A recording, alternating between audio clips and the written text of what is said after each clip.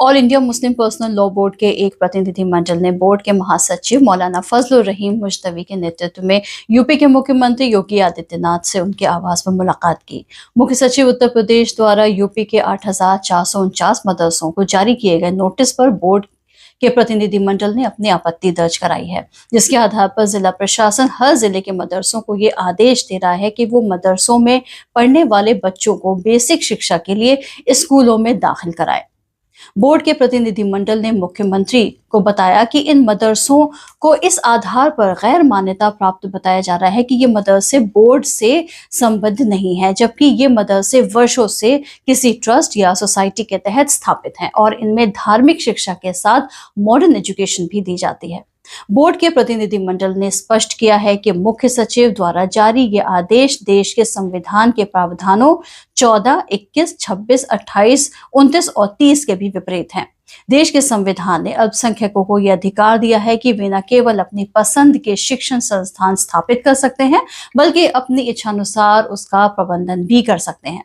इसी प्रकार शिक्षा का अधिकार अधिनियम 2009 ने भी मदरसों और पाठशालाओं को इस अधिनियम से छूट दी है।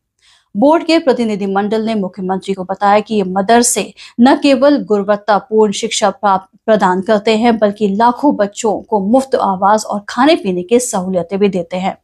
बोर्ड ने राष्ट्रीय बाल अधिकार संरक्षण आयोग द्वारा यूपी के मुख्य सचिव को जारी 7/6/2024 के पत्र पर भी कड़ी आपत्ति जताई है, जिसमें गैर स्वीकृत मदरसों का सर्वेक्षण और मैपिंग करने का निर्देश दिया गया है। वहां पढ़ने वाले मुसलमान और गैर मुसलमान बच्चों को बाहर निकालकर स्कूलों में दाखिल कराया जाए।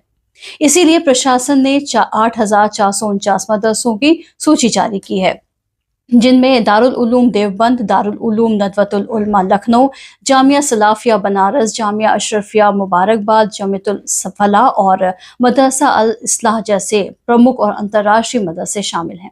बोर्ड ने मुख्यमंत्री को बताया कि इन मदरसों से शिक्षा पूरी करने वाले छात्रों को देश के प्रमुख विश्वविद्यालयों में उच्च शिक्षा के लिए प्रवेश मिलता है। इसके अलावा यहाँ से शिक्षा प्राप्त करने वाले छात्र अंतर्राष्ट्रीय विश्वविद्यालयों में उच्च शिक्षा प्राप्त कर रहे हैं। इन मदरसों में पढ़कर कई लोग सरकार के कई अहम पदों पर भी रह चुके हैं। बोर्ड ने मुख्यमंत्री से मांग की है कि इस आदेश को फौरन वापस लेने का आदेश जारी करें, ताकि राज्य के मुसलमानों में पैदा हुई चिंता को दूर किया जा सके। बोर्ड के महासचिव ने मुख्यमंत्री को एक लिखित ज्ञापन भी सौंपा है। मुख्यमंत्री ने प्रतिनिधिमंडल को आश्वासन दिया है कि वो इस पर गंभीरता से विचार करेंगे। बोर्ड के प्रतिनिधिमंडल में महासचिव के अतिरिक्त कार्यकारिणी सदस्य मौलाना खालिद रशीद फरंगी महली, मौलाना अतीक अहमद बस्तवी, डॉक्टर सैयद कासिम रसूल इलियास, एडवोकेट सऊद रईस और जीशान खान मौजूद रहे।